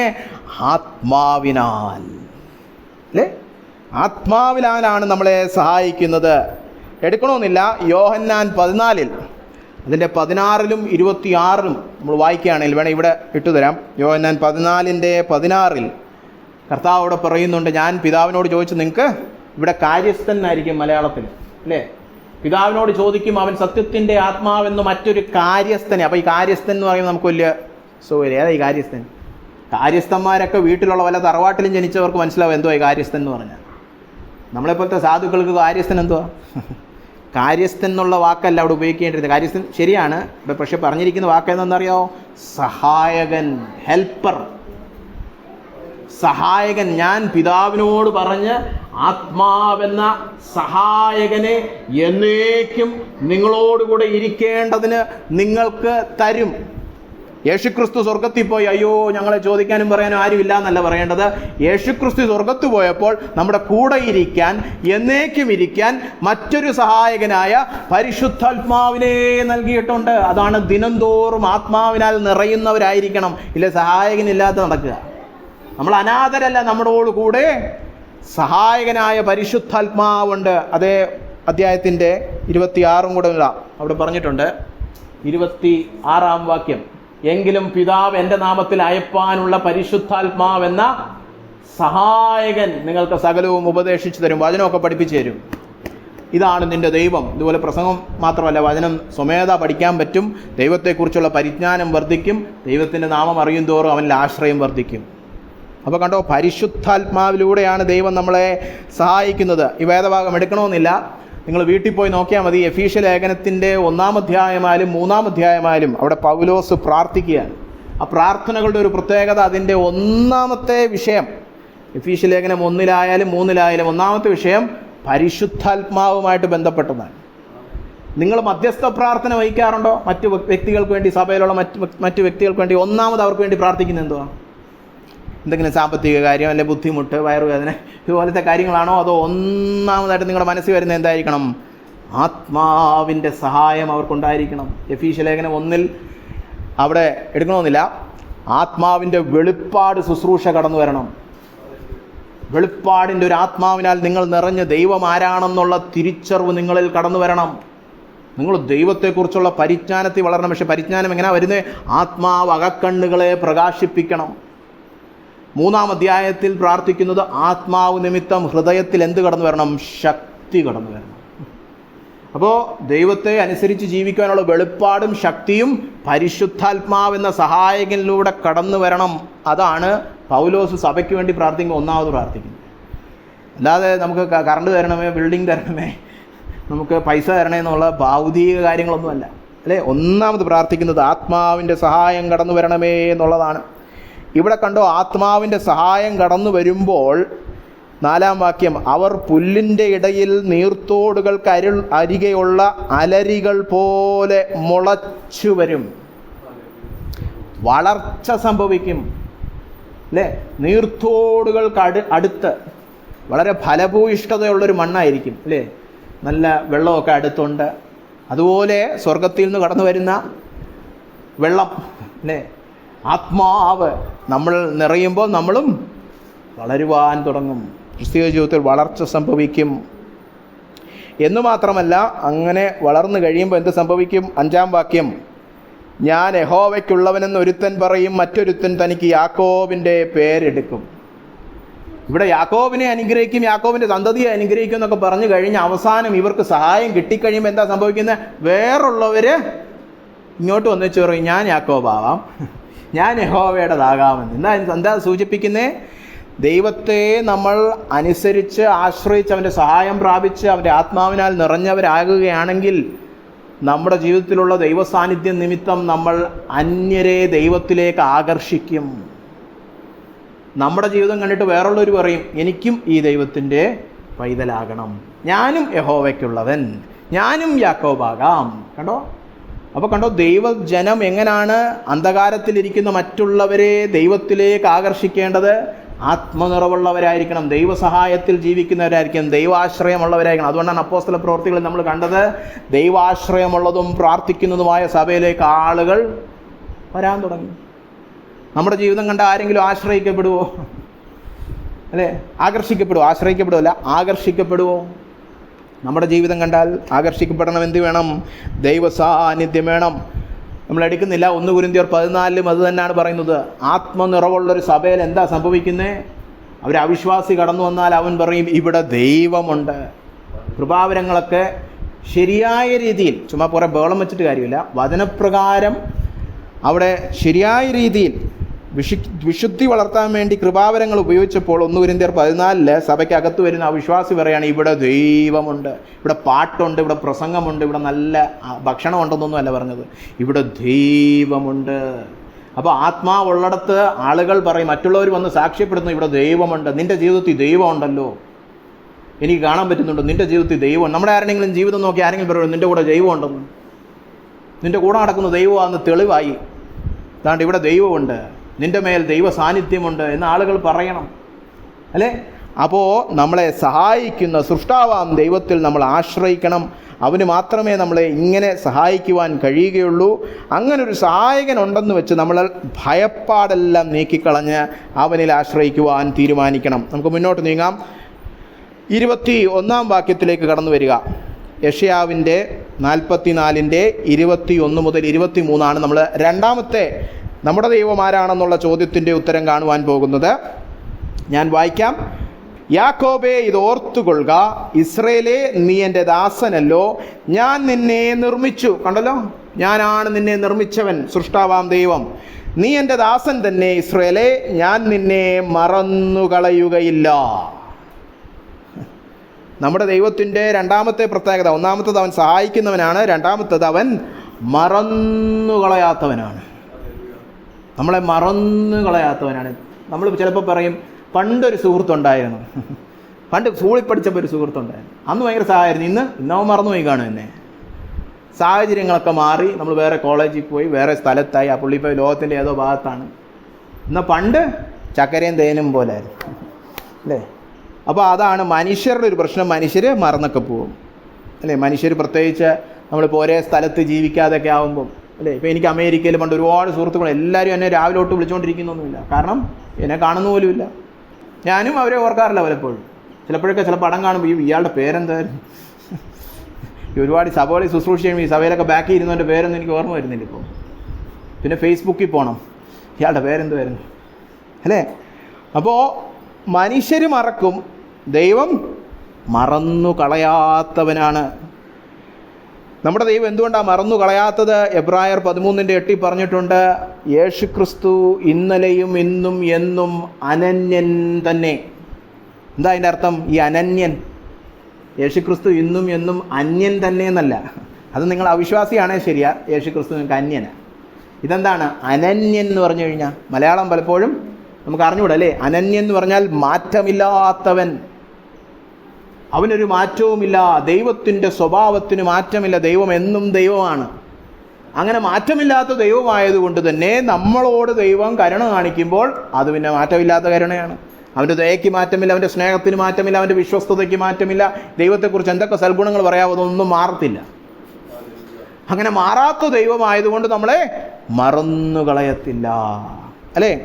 നമ്മളിപ്പോൾ വിലാപങ്ങളിൽ പോയി കഴിഞ്ഞാൽ നമുക്ക് എല്ലാവർക്കും അറിയാവുന്നൊരു വാക്യമാണ്, എന്നാലും അതെടുക്കാം. വിലാപങ്ങൾ 3:21 മുതൽ 23 വരെ ഉള്ള വാക്യങ്ങൾ ശ്രദ്ധിച്ച് നമ്മളെല്ലാം പലപ്പോഴും പാട്ടൊക്കെ പാടുന്നതാണ്. ഇതു ഞാൻ ഓർക്കും. ഇവിടെ അത് വരുന്നുണ്ട്, ഓർക്കുന്ന വിഷയം. ഇത് ഞാൻ ഓർക്കും, അതുകൊണ്ട് ഞാൻ പ്രത്യാശിക്കും. അപ്പോൾ പ്രത്യാശയ്ക്ക് വകയുള്ള എന്തോ ഒരു സത്യം യെരമ്യാവ് ഓർക്കും എന്നാണ് പറഞ്ഞിരിക്കുന്നത്. അടുത്ത വാക്യം എന്താണ് ആ ഓർക്കുന്ന സത്യം? നാം മുടിഞ്ഞു പോകാതിരിക്കുന്നത് യഹോവയുടെ ദയാകുന്നു, അവൻ്റെ കരുണ തീർന്നു പോയിട്ടില്ലല്ലോ. അത് രാവിലെ തോറും പുതിയതും നിന്റെ വിശ്വസ്തത വലിയതും ആകുന്നു. അത് രാവിലെ തോറും പുതിയതെന്ന് പറഞ്ഞാൽ എന്തുവാ? ഒരിക്കലും മാറ്റമില്ലാത്തതാണ്. ഇന്നലെ രാവിലെ എഴുന്നേറ്റപ്പോൾ ദൈവം എന്നോട് വളരെ ദയയുള്ളവനായിരുന്നു. പിന്നെ ഇന്നലെ വൈകുന്നേരത്തെ എൻ്റെ സ്വഭാവമൊക്കെ കണ്ടുകൊണ്ട് ഇന്ന് രാവിലെ പിന്നെ പ്രതീക്ഷിക്കണ്ട കേട്ടോ, ദൈവം ഒന്നും വരാൻ പോകുന്നില്ല. അങ്ങനെ പെരുമാറുന്ന ആരാണ്? നമ്മളാണ് ദൈവത്തോട്. ഇന്നലെ രാവിലെ വളരെ സന്തോഷത്തോടെ, അല്ലെ സൺഡേ രാവിലെ ഒന്ന് സന്തോഷത്തോടെ പ്രാർത്ഥനയൊക്കെ പ്രാർത്ഥിച്ച് വീട്ടിൽ ചെന്നപ്പോഴാണ് ഒരു പ്രതികൂലം. അപ്പം ദൈവം ഇത്രയും ആരാധിച്ചിട്ട് തന്നിരിക്കാൻ മൺഡേ രാവിലെ പ്രാർത്ഥിക്കുന്നില്ല. അപ്പോൾ ദൈവത്തിന് പറയാൻ പറ്റത്തില്ല രാവിലെ തോറും പുതുക്കി വരുന്നു എന്ന്. പകരം വേറൊരു വാക്യമുണ്ട്, ഹോശേയാവില് രാവിലെ വന്നിട്ട് വാടിപ്പോകുന്ന ഈ മഞ്ഞുതുള്ളി പോലെയാണ് നിങ്ങളുടെ സ്നേഹമെന്ന് ഹോശേയാവിലെ ഇസ്രായേലിനോട് പറയുന്നുണ്ട്. സൺഡേ രാവിലെ ആരാധന, സൺഡേ രാത്രി ദൈവത്തെ മറന്നു. അത് നമ്മുടെ സ്വഭാവം. ദൈവം പറയുകയാണ് എന്നും രാവിലെ രക്ഷിക്കപ്പെട്ട 1-ാം ദിവസം പ്രഭാതത്തിൽ ദൈവം എങ്ങനെ ദയയുള്ളവനായിരുന്നു, ഇന്നും ഇത്രയും പാപമൊക്കെ ചെയ്ത് രക്ഷിക്കപ്പെട്ടവനായിട്ട് ഇങ്ങനെ ജീവിച്ചു പോകുമ്പോഴും എല്ലാ ദിവസവും രാവിലെ ദൈവം പറയുകയാണ് എൻ്റെ സ്നേഹത്തിനൊരു മാറ്റവും ഇല്ല അല്ലേ? അത് കാവ്യാത്മക ഭാഷയെ പറഞ്ഞിരിക്കുകയാണ്. എന്താ അതിൻ്റെ അർത്ഥം? രാവിലെ ആയാലും രാത്രി ആയാലും ഉച്ചയായാലും വൈകുന്നേരമായാലും ദൈവം ഒരുപോലെ നമ്മളോട് ദയ കാണിക്കുന്നവനാണ്. അപ്പോൾ പിന്മാറ്റത്തിലൊക്കെ പോയവർ ഇനി എന്നോട് ദൈവം ഒന്നും ക്ഷമിക്കില്ല. പിന്മാറ്റമൊന്നും കൊണ്ട് ദൈവത്തിൻ്റെ ദയക്ക് ഒരു മാറ്റവും വന്നിട്ടില്ല. നീ മാറിപ്പോയെന്നുള്ളൂ, നീ മടങ്ങി വന്ന അതേ ദൈവം, അതേ ദൈവം തന്നെയാണ്. ഒരു മാറ്റവും ഇല്ലാത്ത ദൈവം അല്ലേ? എടുക്കണമെന്നില്ല. യാക്കോബിൻ്റെ ലേഖനത്തിലും ഇത് പറഞ്ഞിട്ടുണ്ട്, നമ്മുടെ ദൈവത്തിന് വികാരമോ ഗതിഭേദത്താലുള്ള ആച്ഛാദനമോ ഇല്ല. അതൊന്നും മലയാളികൾക്ക് എനിക്ക് തോന്നുന്നില്ല മനസ്സിലാവുമെന്ന്. ആച്ഛാദനത്തിൻ്റെ അർത്ഥം അറിയാമോ? ആച്ഛാദനം എന്ന് പറഞ്ഞാൽ വെയിലെന്ന് പറഞ്ഞാൽ മഴയത്തും വെയിലത്തും എന്നുള്ള ആ മലയാളം വെയിലല്ല, ഇംഗ്ലീഷിൽ പറയുന്ന വെയിൽ അല്ലേ? ചില കല്യാണത്തിനൊക്കെ പോയി കഴിയുമ്പോൾ പെൺകുട്ടി ഇങ്ങനെ മൂടിയിട്ടിരിക്കുമല്ലോ, മൂടുപടം പോലെ. അതുപോലെ ഗതിഭേദത്താലുള്ള, അതായത് സ്വഭാവ വ്യത്യാസം വരുത്തുന്ന എന്തെങ്കിലും ഗൂഢമായ സ്വഭാവം ദൈവത്തിനില്ല. ദൈവം വികാര്യത്തിന് അധീനനല്ല. ഇന്നെനിക്ക് ഇവനോട് ഇഷ്ടം തോന്നുന്നുണ്ട്, നാളെ ഇഷ്ടമെന്ന് തോന്നുന്നു, എനിക്ക് ദേഷ്യം തോന്നുന്നു. അങ്ങനത്തെ വികാരത്തിന് കീഴ്പ്പെട്ടവനല്ല. ദൈവത്തിൻ്റെ സ്നേഹത്തിന് മാറ്റമില്ല. അവൻ്റെ വിശുദ്ധ സ്വഭാവത്തിൽ നിന്നാണ് അവൻ നമ്മളെ സ്നേഹിക്കുന്നത്. നമ്മളൊക്കെ സ്നേഹിക്കുന്നത് എനിക്കിപ്പോൾ ഇഷ്ടം തോന്നുന്നുണ്ട്, ഇപ്പോൾ ഇഷ്ടമൊന്നും തോന്നുന്നില്ല അല്ലേ? പിള്ളേരെ പോലെ ചോക്ലേറ്റ് വാങ്ങിച്ചു കൊടുക്കുമ്പോൾ ഭയങ്കര സ്നേഹം, പോയിരുന്നു പഠിക്കലാന്ന് പറയുമ്പോൾ ഒരു സ്നേഹമില്ല അല്ലേ? പിള്ളേർ വികാരം കൊണ്ടാണ് സ്നേഹിക്കുന്നത്. പല ഭാര്യ ഭർത്താക്കന്മാരും വികാരമൊക്കെ തന്നെ അല്ലേ? വികാരത്തിലല്ല ദൈവം നമ്മളോട് സ്നേഹിക്കുന്നത്. ഇത് മനസ്സിലാക്കണം. നമ്മുടെയൊക്കെ വിചാരം നമ്മൾ കുറച്ച് കൈയൊക്കെ അടിച്ച് വികാരനായ ഒരു ദൈവവും വികാരഭരിതനായിരിക്കുകയാണ്. ദൈവം സ്വഭാവം കൊണ്ട് സ്നേഹിക്കുന്നവനാണ് അല്ലേ? അപ്പോൾ ഈ കാരണങ്ങളാലെല്ലാം ഇവിടെ പറഞ്ഞിരിക്കുന്നുണ്ടോ, ഞാൻ നിന്നെ മറന്നു കളയുകയില്ല. പക്ഷെ ആ വാക്യം തുടങ്ങിയത് എങ്ങനെ? 21-ാം വാക്യം, യാക്കോബേ ഇത് ഓർത്തു കൊള്ളുകയെന്ന്. അപ്പോൾ അതിൻ്റെ അർത്ഥം എന്താ? നമ്മളിത് മറക്കും. ഞാൻ നിന്നെ മറന്നു കളയുകയില്ല എന്ന് നീ ഓർക്കണമെന്ന്. അതിൻ്റെ അർത്ഥം എന്താ? നമ്മളിത് പലപ്പോഴും മറന്നു പോകാറുണ്ട്. നമ്മൾ മറന്നു പോകും. നമ്മുടെ ദൈവം നമ്മളെ മറന്നു കളയാത്തവനാണെന്ന്. അതുകൊണ്ട് നിങ്ങളെല്ലാം ഓർക്കണം, മനപ്പാഠമാക്കി ഓർക്കുന്ന പോലെ ഇത് ഓർത്തോണം എപ്പോഴും. ദൈവം നമ്മളെ മറന്നു കളയുകയില്ല. ഇനി അതിൻ്റെ അടുത്ത വാക്യം, എപ്പോഴാ ദൈവം നമ്മളെ മറന്നു കളഞ്ഞില്ല എന്ന് എടുത്തു പറഞ്ഞിരിക്കുന്ന 22-ാം വാക്യം, ഞാൻ കാർമുകിലിനെ പോലെ നിന്റെ ലംഘനങ്ങളെയും മേഘത്തെ പോലെ നിന്റെ പാപങ്ങളെയും മായ്ച്ചു കളയുന്നു. എങ്കിലേക്ക് തിരിഞ്ഞുകൊള്ളുക, ഞാൻ നിന്നെ വീണ്ടെടുത്തിരിക്കുന്നു. ദൈവം എപ്പോഴാണ് നമ്മളെ ഏറ്റവും അധികമായി ഓർത്തത്, മറന്നു കളയാതിരുന്നത്? നമ്മുടെ പാപത്തിൻ്റെ വിഷയം വന്നപ്പോൾ. അപ്പോഴാണ് ദൈവത്തിന് തള്ളിക്കളയാൻ ഏറ്റവും നല്ല ന്യായമായ കാരണമുണ്ടായിരുന്നത്. അന്നും ദൈവം നമ്മളെ തള്ളിക്കളഞ്ഞില്ല. പകരം എന്ത് ചെയ്തു? നമ്മളെ ഓർത്ത് ക്രൂശിൽ കയറി തൻ്റെ പുത്രൻ നമുക്ക് വേണ്ടി മരിച്ചു. അന്ന് ദൈവം നമ്മളെ മറന്നു കളഞ്ഞില്ലേ, പിന്നെ ഇന്ന് മറക്കൂ? അല്ലേ? അവൻ്റെ ക്രോധത്തിന് ന്യായമായിട്ടും പാത്രമായിരുന്നു നമ്മളെ അവൻ മറന്നു കളയാതെ തള്ളിക്കളയാതെ ക്രൂശിൽ നമുക്ക് വേണ്ടി ദൈവക്രോധം പേറി മരിച്ചെങ്കിൽ ഇനി എന്തോ വിഷയത്തിലാണ് നമ്മളെ മറന്നു കളയാൻ പോകുന്നത്? അതുകൊണ്ടാണ് റോമർ 5 പറഞ്ഞിരിക്കുന്നത്, ദൈവം തൻ്റെ സ്നേഹം പ്രദർശിപ്പിച്ചു കഴിഞ്ഞു.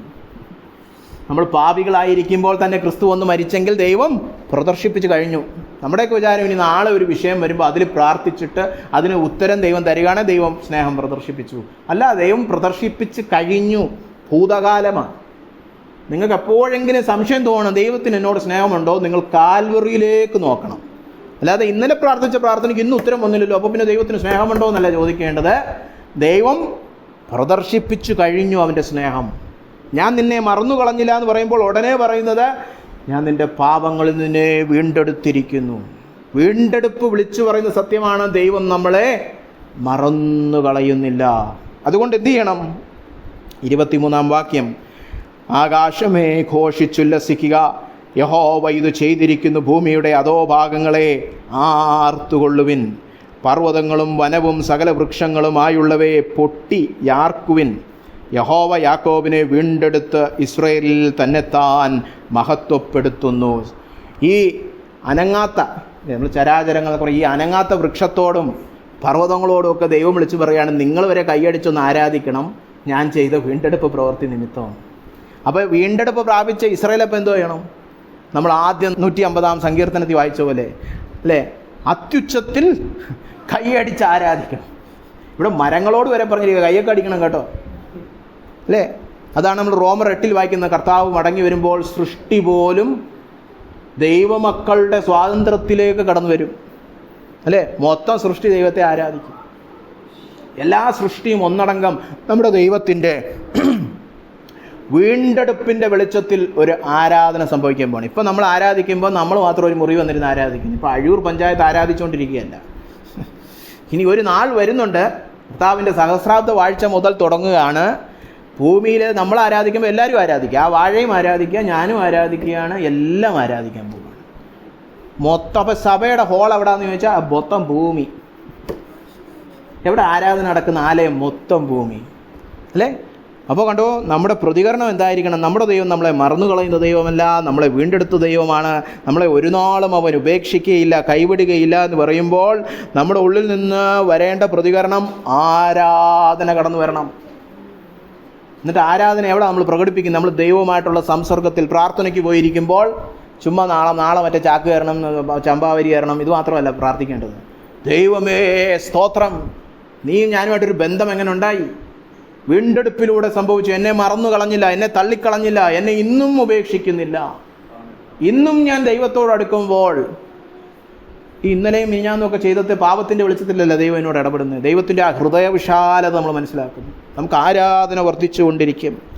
അപ്പോൾ ഒന്നാമതായിട്ട് നമ്മൾ കണ്ടു നമ്മെ സഹായിക്കുന്ന സൃഷ്ടാവാം ദൈവം. രണ്ടാമതായിട്ട് നമ്മെ മറന്നുകളയാത്ത വീണ്ടെടുപ്പുകാരൻ. അവസാനമായിട്ട് 24-ാം വാക്യത്തിലേക്ക് കടന്നു വരാം. നിന്റെ വീണ്ടെടുപ്പുകാരനും ഗർഭത്തിൽ നിന്നെ നിർമ്മിച്ചവനും. കണ്ടോ, വീണ്ടും നിർമ്മിച്ചവനായ ദൈവം, നമ്മുടെ സൃഷ്ടാവാം ദൈവം, പക്ഷേ അവൻ വീണ്ടെടുപ്പുകാരനും കൂടെയാണ്. നിന്റെ വീണ്ടെടുപ്പുകാരനും ഗർഭത്തിൽ നിന്നെ നിർമ്മിച്ചവനുമായ യഹോവ ഇപ്രകാരം അരുളി ചെയ്യുന്നു, യഹോവയായ ഞാൻ സകലവും ഉണ്ടാക്കുന്നു. ഞാൻ തന്നെ ആകാശത്തെ വിരിക്കുകയും ഭൂമിയെ പരത്തുകയും ചെയ്തിരിക്കുന്നു. ആർ എന്നോടുകൂടെ ഉണ്ടായിരുന്നു? ഞാൻ ജൽപ്പകന്മാരുടെ ശകുനങ്ങളെ വ്യർത്ഥമാക്കുകയും പ്രശ്നക്കാരെ ഭ്രാന്തന്മാരാക്കുകയും ജ്ഞാനികളെ മടക്കി അവരുടെ ജ്ഞാനത്തെ ഭോഷത്വമാക്കുകയും ചെയ്യുന്നു. ഞാൻ എൻ്റെ ദാസൻ്റെ വചനം നിവർത്തിച്ച് എൻ്റെ ദൂതന്മാരുടെ ആലോചന അനുഷ്ഠിക്കുന്നു. യെരുശലേമിൽ നിവാസികൾ ഉണ്ടാകുമെന്നും യഹൂദ നഗരങ്ങൾ പണിയപ്പെടും, ഞാൻ അവയുടെ ഇടവുകളെ നന്നാക്കുമെന്ന് കൽപ്പിക്കുന്നു. ഞാൻ ആഴിയോട് ഉണങ്ങിപ്പോക, നിന്റെ നദികളെ ഞാൻ വറ്റിച്ചു കളയുമെന്ന് കൽപ്പിക്കുന്നു. കോരശ് എൻ്റെ ഇടയൻ, അവൻ എൻ്റെ ഹിതമൊക്കെയും നിവർത്തിക്കും എന്നും യെരുശലേം പണിയപ്പെടും, മന്ദിരത്തിന് അടിസ്ഥാനമിടുമെന്നും ഞാൻ കൽപ്പിക്കും. അപ്പോൾ ഇവിടുത്തെ വിഷയം എന്ന് പറഞ്ഞാൽ നമ്മുടെ ദൈവം വചനം നിവർത്തിക്കുന്ന ദൈവമാണ്. വാഗ്ദത്തം തന്നാൽ അത് അതുപോലെ പ്രവർത്തിക്കുന്നൊരു ദൈവമാണ് നമ്മുടെ ദൈവം. അത് ഇവിടുത്തെ പശ്ചാത്തലം മനസ്സിലാക്കിയാലേ നിങ്ങൾക്ക് കൂടുതൽ മനസ്സിലാവുകയുള്ളൂ. ഇത് ഞാൻ പറഞ്ഞല്ലോ, യെശയ്യാവ് പ്രവചനാത്മാവിൽ എഴുതുകയാണ്. ബാബേൽ കടന്നു വന്ന് യഹൂദ ജനത്തെ പിടിച്ചോണ്ട് പോകുന്നതിന് മുമ്പ് യെശയ്യാവ് എഴുതിയതാണ് ഇതെല്ലാം. അന്ന് യെരുശലേം തകർന്നിട്ടൊന്നുമില്ല. ഭാവിയിൽ ഇനി ഇവരുടെ പാപം നിമിത്തം ഇവരെല്ലാം പിടിച്ചുകൊണ്ട് ശത്രു രാജ്യത്തിൽ കൊണ്ടുപോകും, യെരുശലേം തകരും. അന്ന് ഇവരിതെടുത്ത് വായിക്കണം. അപ്പോൾ ഒരു മടങ്ങിപ്പോക്കൊക്കെ ഉണ്ടല്ലേ, ഒരു യഥാസ്ഥാപനമൊക്കെ ഉണ്ടല്ലേ, യെരുശലേം പണിയപ്പെടുമല്ലേ. അപ്പോൾ കണ്ടോ, ഇവിടെ ദൈവം പറയുകയാണ്, പൊളിഞ്ഞുപോയ യെരുശലേം പണിയപ്പെടുമെന്ന് ഞാൻ പറഞ്ഞാൽ അതങ്ങനെ തന്നെ സംഭവിക്കും. അല്ലാതെ അത് നടക്കത്തൊന്നുമില്ലെന്നൊന്നും ആർക്കും പറയാൻ പറ്റത്തില്ല. അതാണ് ഞാൻ പറഞ്ഞത്, ദൈവം വചനം നിവർത്തിക്കുന്നവനാണ്. കോരശ്, അത് ഒരു രാജാവിൻ്റെ പേരാണ് കോരശ്. കോരശ് രാജാവാണ് പിന്നീട് ഈ ഇസ്രായേൽ ജനത്തോട് പറയുന്നത്, നിങ്ങൾക്ക് നിങ്ങളുടെ നാട്ടിലേക്ക് മടങ്ങിപ്പോകാം, നിങ്ങളുടെ ആലയം പണിയാം, യെരുശലേം പുതുക്കി പണിയാം. അപ്പോൾ ആ ദൈവിക പദ്ധതിക്ക് വേണ്ടി ചുക്കാൻ പിടിച്ച ജാതീയ രാജാവ്, അല്ലാതെ പുള്ളി രക്ഷിക്കപ്പെട്ടവനൊന്നുമല്ല, ജാതീയ രാജാവിൻ്റെ പേരാണ് ഇവിടെ യെശയ്യാവ് പറഞ്ഞത്. ഇത് എത്ര നാൾ മുമ്പാണ് പറഞ്ഞതെന്നറിയാമോ? കോരശ് വരുന്നതിനും 190 വർഷം മുമ്പാണ് ഈ പ്രവചനം. ഈ പ്രവചനം പറഞ്ഞ സമയത്ത് കോരശിൻ്റെ അപ്പൂപ്പൻ പോലും ജനിച്ചിട്ടില്ല. അന്നാണ് ഇത് എഴുതിയത്. 190 വർഷം മുമ്പ് കർത്താവ് പറയുകയാണ്, കോരശ് എന്ന എൻ്റെ ഇടയൻ വരും, ആ പുള്ളിയിലൂടെ ഞാൻ നിങ്ങളെ മടക്കിക്കൊണ്ടുവരും. ഇവിടുന്ന് പോയ പോലുമില്ല, അവരെ മടക്കിക്കൊണ്ടുവരുന്ന കാര്യം പറയുക അല്ലേ. അത് മുന്നമേ ദൈവം പറയുക മാത്രമല്ല, അത് നിവർത്തിക്കുകയും ചെയ്യും. അതാണ് നമ്മുടെ ദൈവത്തിൻ്റെ ഒരു പ്രത്യേകത. നമ്മളെക്കുറിച്ചുള്ള ദൈവിക പദ്ധതികൾ പറയുക മാത്രമല്ല, പറയുന്ന പോലെ അവൻ പ്രവർത്തിക്കുകയും ചെയ്യും അല്ലേ. മത്തായി 9:28 നമ്മൾ കാണുന്നൊരു കാര്യമാണ്. അവിടെ അന്ധന്മാർ സൗഖ്യത്തിനായിട്ട് കർത്താവിനോട് കടന്നു വന്നപ്പോൾ കർത്താവ് അവരോട് ഒരൊറ്റ ചോദ്യം ചോദിച്ചുള്ളൂ, നിങ്ങൾക്ക് വിശ്വാസമുണ്ടോ എനിക്കിത് ചെയ്യാൻ പറ്റും? അതാണ് കർത്താവ് നമ്മളോട് ചോദിക്കുന്നത് എപ്പോഴും. ഇത് ചെയ്യുവാൻ എനിക്ക് കഴിയുമെന്ന് നിങ്ങൾ വിശ്വസിക്കുന്നുവോ? അതാണ് ചോദ്യം. എനിക്ക് കഴിവുണ്ടെന്ന് നിങ്ങൾ വിശ്വസിക്കുന്നുണ്ടോ അല്ലേ? അപ്പോൾ ഇവിടെ നമ്മൾ കർത്താവിനോട് കടന്നു പറയേണ്ടത്, അതേ കർത്താവ് ഞങ്ങൾ വിശ്വസിക്കുന്നു. യെരുശലേം പട്ടണത്തെ പുതുക്കിപ്പണിയാനും ആലയം പുതുക്കിപ്പണിയുവാനും നിന്റെ ജനത്തെ പുനഃസ്ഥാപിക്കുവാനും യഥാസ്ഥാനപ്പെടുത്തുവാനും നിനക്ക് കഴിയും കർത്താവേ. അതാണ് കർത്താവ് നേരത്തെ ചോദിച്ചത്. ഞാനാണ് ഈ ആകാശത്തെ വിരിച്ചത്, ഞാനാണ് ഈ ഭൂമിയെ പരത്തിയത്. അന്ന് ഞാൻ ചെയ്തപ്പോൾ എന്നെ സഹായിക്കാൻ ആരെങ്കിലും വന്നോ? ദൈവത്തിന് കഴിയത്തില്ല. അപ്പോൾ പിന്നെ ഒരു സഹായകനെ അയക്കാം. ആരെന്നെ സഹായിച്ചു? ദൈവം ഒറ്റയ്ക്ക് ചെയ്തു. അതൊക്കെ ദൈവത്തിന് ഒറ്റയ്ക്ക് ചെയ്യാമെങ്കിൽ ദൈവം പദ്ധതി ഇട്ടിരിക്കുന്ന എല്ലാ കാര്യങ്ങളും, വീണ്ടെടുപ്പാകട്ടെ, വ്യക്തിപരമായ നമ്മുടെ ജീവിതത്തിലുള്ള വിഷയമാകട്ടെ, അവൻ്റെ നാമമഹത്വത്തിനായിട്ട് അവൻ പദ്ധതി ഇട്ടിരിക്കുന്ന എല്ലാ പ്രവൃത്തികളും ചെയ്യുവാൻ അവൻ പര്യാപ്തനാണ്. അവൻ ആരുടെയും സഹായമൊന്നും വേണ്ട. നമ്മളും അങ്ങോട്ട് ദൈവത്തെ സഹായിക്കാനും പോണ്ട അല്ലേ. യാക്കോബ് ജനിച്ചപ്പോഴേ ദൈവം പറഞ്ഞാണ് ഇവനായിരിക്കും അനുഗ്രഹമെന്ന്. അപ്പോഴാണ് യാക്കോബിൻ്റെ അമ്മയ്ക്ക് വേണ്ടാണ് നമുക്ക് കുറച്ച് കള്ളത്തരമൊക്കെ കാണിച്ച് പിതാവിനെയൊക്കെ പറ്റിച്ചിങ്ങെടുക്കാമെന്ന്.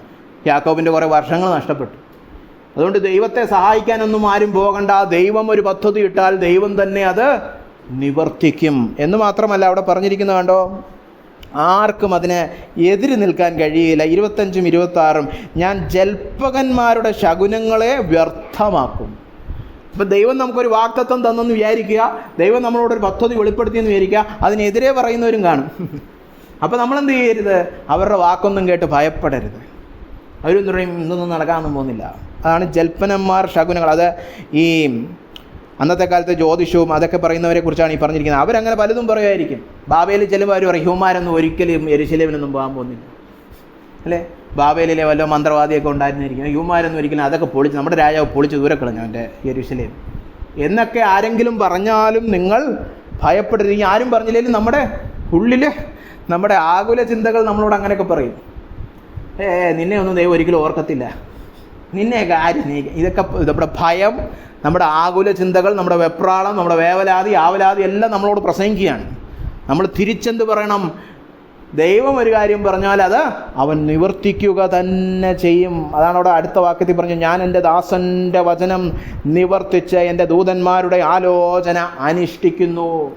യെശയ്യാവിലൂടെ ഞാൻ പറഞ്ഞ വചനം യഹൂദാ ഗൃഹമേ ഞാൻ നിവർത്തിക്കുക തന്നെ ചെയ്യും. അവിടെ ആരെങ്കിലുമൊക്കെ എന്തെങ്കിലുമൊക്കെ പറയട്ടെ, അല്ലേ? ഇപ്പോൾ കർത്താവ് പറഞ്ഞു ഭൂമിയുടെ അറ്റത്തോളം പോയി ശുശ്രൂഷ ചെയ്ത് സഭ സ്ഥാപിക്കുക എന്ന്. അപ്പോൾ ഇവിടെ ഉള്ളവർ ചിലർ വേണം ഇവിടെ ഒന്നും പറ്റത്തില്ലെന്ന്.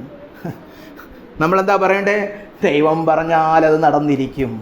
ഇപ്പം നമ്മുടെ തന്നെ കഥ അതല്ലേ, അല്ലേ? ആലോചിച്ചാൽ അറിയാം, ദൈവം പറഞ്ഞതുപോലെ ചെയ്യും. അത് തടുക്കുവാൻ ഒരു മനുഷ്യനും കഴിയുകയില്ല. മഹാനിയോഗമൊന്നും ഒരു മനുഷ്യനും തടുക്കുവാൻ കഴിയില്ല. അത് സംഭവിക്കുക തന്നെ ചെയ്യും. നമ്മുടെ ദൈവം അവൻ്റെ വചനം നിവർത്തിക്കുന്നവനാണ്. അവൻ ആരുടെയും സഹായം വേണ്ട. അവൻ സർവാധിപത്യമുള്ളവനാണ്. അവൻ പരമാധികാരിയാണ്. അതുകൊണ്ട് ദൈവത്തിന് ഒന്നും അസാധ്യമല്ല. അതുകൊണ്ട് നമ്മൾ എന്ത് ചെയ്യണം? ഇതിൻ്റെ വെളിച്ചത്തിൽ നമ്മൾ എപ്പോഴും ദൈവത്തിൽ ആശ്രയിക്കണം. അപ്പോൾ നമ്മുടെ ദൈവമാരാണ്? നമ്മെ യഥാസ്ഥാനപ്പെടുത്തുന്ന സർവശക്തനാം ദൈവമാണ്. ഇവിടെ യഹൂദായുടെ യഥാസ്ഥാനത്തെക്കുറിച്ചാണ് കർത്താവ് പറഞ്ഞിരിക്കുന്നത്. ആളുകൾ എന്തു പറഞ്ഞാലും യെരൂശലേം വീണ്ടും പണിയപ്പെടും, ജനത്തെ ഞാൻ യഥാസ്ഥാനപ്പെടുത്തും. അപ്പോൾ അവിടുത്തെ ആത്മീയാർത്ഥം നമ്മുടെ എല്ലാവരുടെയും ജീവിതത്തിൽ നമുക്കത് പറയാൻ പറ്റും. എന്നെ യഥാസ്ഥാനപ്പെടുത്തുന്ന ദൈവം സർവശക്തനാണ്, സർവാധിപത്യമുള്ളവനാണ്, ആർക്കും തടുക്കാൻ കഴിയുകയില്ല. ഞാൻ ദൈവത്തിൻ്റെതാണെങ്കിൽ ദൈവം എന്നെക്കുറിച്ച് പദ്ധതിയിട്ടിരിക്കുന്ന എല്ലാം നിവർത്തിപ്പാൻ അവൻ ശക്തൻ തന്നെ. അപ്പോൾ നമ്മൾ 3 സത്യങ്ങൾ കണ്ടു, അല്ലേ? നമ്മെ സഹായിക്കുന്ന സൃഷ്ടാവാം ദൈവം, നമ്മെ മറന്നുകളയാത്ത വീണ്ടെടുപ്പുകാരനാം ദൈവം, നമ്മെ യഥാസ്ഥാനപ്പെടുത്തുന്ന സർവശക്തനാം ദൈവം. അപ്പോൾ നമ്മൾ സങ്കീർത്തനം 9:10 കണ്ടു, അവൻ്റെ നാമത്തെ അറിയുന്നവർ അവനെ ആശ്രയിക്കും. ഈ സത്യത്തിൻ്റെ വെളിച്ചത്തിൽ അവനിൽ നാം ആശ്രയിക്കുമെങ്കിൽ നമ്മളോട് ദൈവം പറയുന്നത് എന്താണെന്നറിയോ? അവസാനമായിട്ട് സങ്കീർത്തനം 91:14 വായിച്ച് അവസാനിപ്പിക്കാം. നിങ്ങൾ ഈ വചനത്തിൽ ദൈവം വെളിപ്പെടുത്തിയിരിക്കുന്ന തന്നെക്കുറിച്ചുള്ള സത്യങ്ങളുടെ വെളിച്ചത്തിൽ അവനിൽ മാത്രം ആശ്രയിച്ച് ജീവിക്കുകയാണെങ്കിൽ, കർത്താവ് നൽകുന്ന വാഗ്ദത്തം കണ്ടോ? അവൻ എന്നോട് പറ്റിയിരിക്കിയാൽ ഞാൻ അവനെ വിടുവിക്കും, അവൻ എൻ്റെ നാമത്തെ അറിയുകയാൽ ഞാൻ അവനെ ഉയർത്തും. ദൈവിക വിടുതലുകൾ അനുഭവിച്ച് ദൈവികമായിട്ടുള്ള ഉന്നമനം പ്രാപിച്ച് ധന്യമായൊരു ജീവിതം ആർക്കുണ്ട്? പറ്റിയിരിക്കുന്നവനുണ്ട്. പറ്റിച്ചിരിക്കുക എന്നല്ല, പറ്റിയിരിക്കുക, ഒട്ടിയിരിക്കുക ദൈവമായിട്ട്. എന്താ അത് സൂചിപ്പിക്കുന്നത്? ഒരു കളങ്കവുമില്ലാത്ത ദൈവാശ്രയം, അല്ലേ? പരിപൂർണമായ ദൈവാശ്രയത്തിൽ ജീവിക്കുന്ന വ്യക്തിയാണ് അവൻ എന്നോട് പറ്റിയിരിക്കുന്നു. നല്ലൊരു വാക്കാണ്, അല്ലേ? നമ്മൾ ഹാനോക്കിനെ കുറിച്ച് പറയുന്നതാണ്. ഹാനോക്ക് ദൈവത്തോടാണെന്ന്. ആ പുള്ളിയൊന്നും വേറൊന്നും ചെയ്തില്ലേ? ഹാനോക്ക് ദൈവത്തിനോടാണെന്ന്. നമ്മുടെയൊക്കെ ജീവിത ചരിത്രം അതായിരിക്കണം, ഒറ്റ വാക്കിൽ അവൻ ദൈവത്തോടാണെന്ന്. പിന്നെ കാണാനില്ല കേട്ടോ. ദൈവം വളരെ അവനോടങ്ങ് പ്രേമിച്ച് അവനെ അങ്ങ് എടുത്തോണ്ട് പോയി. നിന്നെ ഞാൻ ആർക്കും പങ്കുവെക്കത്തില്ല, നീ എന്നോടെങ്കിൽ പോരെ. ഹാനോക്കിന് പിന്നെ കണ്ടില്ലായിരുന്നു. പിന്നെ അവരെല്ലാം പറയും, അയ്യോ എന്തായാലും ദൈവത്തിൻ്റെ കൂടെ കാണും. കാണുന്നില്ലേ, ഉറപ്പായിട്ടും ദൈവത്തിൻ്റെ കൂടെ കാണും കേട്ടോ. അങ്ങനെ പറ്റിയിരിക്കാൻ നമ്മളെല്ലാവരും ശ്രമിക്കണം. എങ്ങനെ പറ്റും? ദൈവത്തിൽ ആശ്രയിക്കുമെങ്കിൽ. എങ്ങനെ ദൈവത്തിൽ ആശ്രയിക്കാൻ പറ്റുന്ന? ദൈവത്തെക്കുറിച്ചുള്ള പരിജ്ഞാനം വേണം. നമ്മളിന്ന് 3 വിഷയങ്ങൾ കണ്ടല്ലേ. നമ്മളെ സഹായിക്കുന്നവനാരാണ്? നമ്മുടെ സൃഷ്ടാവാം ദൈവം. നമ്മളെ മറന്നുകളയാത്ത നമ്മുടെ വീണ്ടെടുപ്പുകാരനാം ദൈവം. നമ്മളെക്കുറിച്ചുള്ള എല്ലാ പദ്ധതികളും പൂർത്തീകരിക്കുന്ന, യഥാസ്ഥാനപ്പെടുത്തുന്ന സർവശക്തനാം ദൈവം. നമുക്കൊരു നിമിഷം കണ്ണുകളടച്ച് പ്രാർത്ഥിച്ച് ഈ യോഗം അവസാനിപ്പിക്കാം. നമ്മുടെ ദൈവത്തെ പോൽ വലിയ ദൈവം ആരുള്ളോ? നമ്മുടെ ദൈവത്തെ പോൽ വലിയ ദൈവം ആരുള്ളോ? ശാശ്വതമാം പാറ യഹോവയിൽ നമുക്കുണ്ട്. ശാശ്വതമാം പാറ യഹോവയിൽ നമുക്കുണ്ട്. ആശ്രയിപ്പാനവനേ, ആശ്രയിപ്പാനവനേ, ആശ്വാസത്തിൻ നായകനേ, ആശ്വാസത്തിൻ നായകനേ. എല്ലാവർക്കും ചേർന്ന് പാടാം. നമ്മുടെ ദൈവത്തെ പോൽ വലിയ ദൈവം ആരുള്ളൂ, നമ്മുടെ ദൈവത്തെ പോൽ വലിയ ദൈവം ആരുള്ളൂ. അത് തന്നെ ആയിരിക്കട്ടെ നമ്മുടെ എല്ലാം ഹൃദയത്തിൽ നിന്ന് ഉണരുന്ന പ്രതികരണം. നമ്മൾ ഈ കേട്ട വാക്യങ്ങളുടെ എല്ലാം പ്രതികരണം അതായിരിക്കട്ടെ. കർത്താവെ, അങ്ങേപ്പോലെ വലിയവനായ ഒരു ദൈവം വേറെ ഇല്ല കർത്താവെ. ഇത്രത്തോളം വലിയവനായ ഒരു ദൈവം, ഇത്രത്തോളം മഹത്വമുള്ള മഹിമയുള്ള വലിയവനായ ദൈവമാണല്ലോ എൻ്റെ ദൈവം. എന്നെ വീണ്ടെടുത്തിരിക്കുന്ന, എന്നെ സൃഷ്ടിച്ചിരിക്കുന്ന, എന്നെ കരുതുന്ന, എൻ്റെ ജീവിതത്തെ നയിക്കുന്ന, എൻ്റെ ജീവിതത്തെ ഭരിക്കുന്ന സർവാധിപത്യമുള്ള കർത്താവാം ദൈവം ഇത്ര വലിയവനാണല്ലോ. അതിനായിട്ട് നമുക്ക് എല്ലാവർക്കും വാകളെ തുറന്ന് കർത്താവിനെ ആരാധിക്കാം, സ്തുതിക്കാം. മൗനമായിരിക്കാതെ നിങ്ങളുടെ സ്വന്തമായിട്ടുള്ള, നിങ്ങളുടെ വ്യക്തിപരമായിട്ടുള്ള സ്തോത്രവും സ്തുതികളും ആരാധനയും ഈ വലിയവനായ ദൈവത്തിന് പകർന്നു കൊടുത്താട്ടെ. ആരാധിക്കാം. നമ്മളെ മറന്നുകളയാത്തൊരു ദൈവം. നമ്മൾ പാപികളായിരുന്നപ്പോൾ, നമ്മൾ അവന്റെ ക്രോധത്തിന് ന്യായമായിട്ട് അർഹരായിരുന്നപ്പോൾ പോലും നമ്മളെ മറന്നുകളയാതെ ക്രൂശിൽ ഇത്രത്തോളം കഷ്ടത സഹിച്ച് അവന്റെ സ്വന്തം രക്തം ചീന്തി ജീവൻ നൽകി നമ്മളെ ഓർത്ത അരിമനാഥനോട് നമുക്ക് നമ്മുടെ സ്തോത്രം കരേറ്റാം. നന്ദി കർത്താവേ, നന്ദി അല്ലാതെ വേറൊന്നും പറയാനില്ല കർത്താവേ. ഇത്രത്തോളം ഒന്നും സ്നേഹിപ്പാൻ ഞങ്ങൾ ആരും ഒന്നുമല്ല കർത്താവേ. നന്ദി കർത്താവേ, നിന്റെ വലിപ്പത്തിനായിട്ട്, നിന്റെ നല്ല നന്മയ്ക്കായിട്ട് കർത്താവ്, നിന്റെ വലിയ ഹൃദയത്തിനായിട്ട്, ഹൃദയ വിശാലതയ്ക്കായിട്ട്, നിന്റെ ദയയ്ക്കായിട്ട് ഞങ്ങൾ അങ്ങേ സ്തുതിക്കുന്നു കർത്താവേ. ഇത്ര വലിയ ദൈവം ഞങ്ങളോട് ഉടമ്പടി ബന്ധത്തിൽ ഏർപ്പെട്ട് ഞങ്ങളെ സഹായിക്കുവാൻ സന്നദ്ധത കാണിച്ച് ഞങ്ങൾക്ക് ആത്മാവിന്റെ നിറവ് പകർന്നു തന്ന് ഞങ്ങളോട് കൂടെ ഇരിക്കാൻ സ്തോത്രം. ഒരു മനുഷ്യനാലും ഞങ്ങൾക്ക് പകർന്നു തരുവാൻ കഴിയാത്ത വണ്ണമുള്ള അതിശയകരമായ സഹായങ്ങൾ ചെയ്യുവാൻ എപ്പോഴും കൂടെയുള്ളതിനായിട്ട് സ്തോത്രം കർത്താവേ. പലപ്പോഴും ഞങ്ങൾ ഇത്രയും വലിയ ദൈവത്തിന്റെ സഹായത്തെ തള്ളിക്കളഞ്ഞ് മനുഷ്യന്റെ പുറകെ പോയിട്ടുണ്ട്. ഞങ്ങളോട് ക്ഷമിക്കണമേ, ഞങ്ങളുടെ അവിശ്വാസം പൊറുക്കണമേ, ഞങ്ങളുടെ പ്രാർത്ഥനയില്ലായ്മ പൊറുക്കണമേ കർത്താവേ. എപ്പോഴും അനുദിനം അങ്ങിൽ മാത്രം ആശ്രയിച്ച് ജീവിപ്പാൻ ഞങ്ങളെ സഹായിക്കണമേ എന്ന് പ്രാർത്ഥിക്കുന്നു കർത്താവേ. വിശേഷാൽ കർത്താവേ, ഈ സഭയിൽ കർത്താവേ, ആരെങ്കിലും ഒരു പ്രയാസത്തിലൂടെ കടന്നു പോകുന്നു, ഒരു താഴ്വരയിലൂടെ കടന്നു പോകുന്നു, എന്നെ ആരും ഓർക്കുന്നില്ല, എന്നെ സഹായിക്കാൻ ആരുമില്ല, ഞാൻ ഒറ്റപ്പെട്ടിരിക്കുന്നു, ആരെങ്കിലും ഭാരപ്പെട്ടിരിക്കുന്നെങ്കിൽ ഈ വചനം അവരുടെ ഉള്ളത്തിൽ ഇപ്പോൾ തന്നെ ക്രിയ ചെയ്ത് കർത്താവേ ദൈവീക പ്രത്യാശയും ദൈവീക ആനന്ദവും പകർന്നു കൊടുക്കണമേ. പ്രാർത്ഥിക്കുവാൻ കഴിയാതെ മടുത്തു പിന്മാറിയിരിക്കുന്നവരുണ്ടെങ്കിൽ പ്രാർത്ഥിക്കുവാൻ അവരുടെ ഉള്ളത്തിൽ ഇന്ന് ഈ വചനം അവർക്ക് കർത്താവേ വേണ്ട പ്രചോദനം പകർന്നു കൊടുക്കണമേ, പ്രോത്സാഹനം പകർന്നു കൊടുക്കണമേ എന്ന് പ്രാർത്ഥിക്കുന്നു. ഭാവിയെക്കുറിച്ച് ഭാരപ്പെട്ടിരിക്കുന്നവർ ആരെങ്കിലും ഉണ്ടെങ്കിൽ, ഭാവി ശുഭമായി വരുമോ, പ്രത്യാശയിൽ ഭവിക്കുമോ എന്നൊക്കെ ആരെങ്കിലും ആകുലപ്പെട്ടിരിക്കുന്നെങ്കിൽ കർത്താവെ, അങ്ങ് പറഞ്ഞതുപോലെ പ്രവർത്തിപ്പാൻ വിശ്വസ്തൻ തന്നെ എന്നുള്ള ആ സത്യം അവരുടെ ഉള്ളത്തെ തണുപ്പിക്കണമേ, ആശ്വസിപ്പിക്കണമേ എന്ന് പ്രാർത്ഥിക്കുന്നു. തുടർന്നും കർത്താവ് എല്ലാ പ്രതികൂലങ്ങൾക്കും എതിരായി കർത്താവ് വിശ്വസ്തയോടെ അങ്ങിൽ തന്നെ ആശ്രയിക്കുവാൻ സകലരെയും അങ്ങ് സഹായിക്കണമേ എന്ന് പ്രാർത്ഥിക്കുന്നു കർത്താവ്. ഇത്രത്തോളം ഈ വചന ശുശ്രൂഷ അങ്ങ് അനുഗ്രഹിച്ചതിനായിട്ട് സ്തോത്രം കർത്താവ്. ഇന്ന് ഞങ്ങൾ ആദ്യം വന്നത് മുതൽ കർത്താവെ അനുഭവിച്ച എല്ലാ ദൈവിക സാന്നിധ്യത്തിനായിട്ടും സ്തോത്രം കർത്താവെ. കേട്ട എല്ലാ വചനങ്ങൾക്കായിട്ടും പ്രബോധനങ്ങൾക്കായിട്ടും പാടിയ എല്ലാ പാട്ടുകൾക്കായിട്ടും എല്ലാം സ്തോത്രം കരേറ്റുന്ന കർത്താവ്. ഞങ്ങൾക്ക് കർത്താവെ വീണ്ടും ഈ ആലയത്തിൽ വന്ന് ആരാധിക്കുവാൻ അങ്ങ് ഈ ദിവസങ്ങളിൽ നൽകിയിരിക്കുന്ന സാവകാശത്തിനായിട്ട് ഞങ്ങൾ സ്തുതിക്കുന്നു. ഞങ്ങളുടെ ഈ ദേശത്തെ ഓർത്ത് പ്രാർത്ഥിക്കുന്നു. ഇവിടെയുള്ള ഭവനങ്ങളെയും കർത്താവെ കുടുംബങ്ങളെയെല്ലാം ഓർത്ത് പ്രാർത്ഥിക്കുന്നു കർത്താവെ.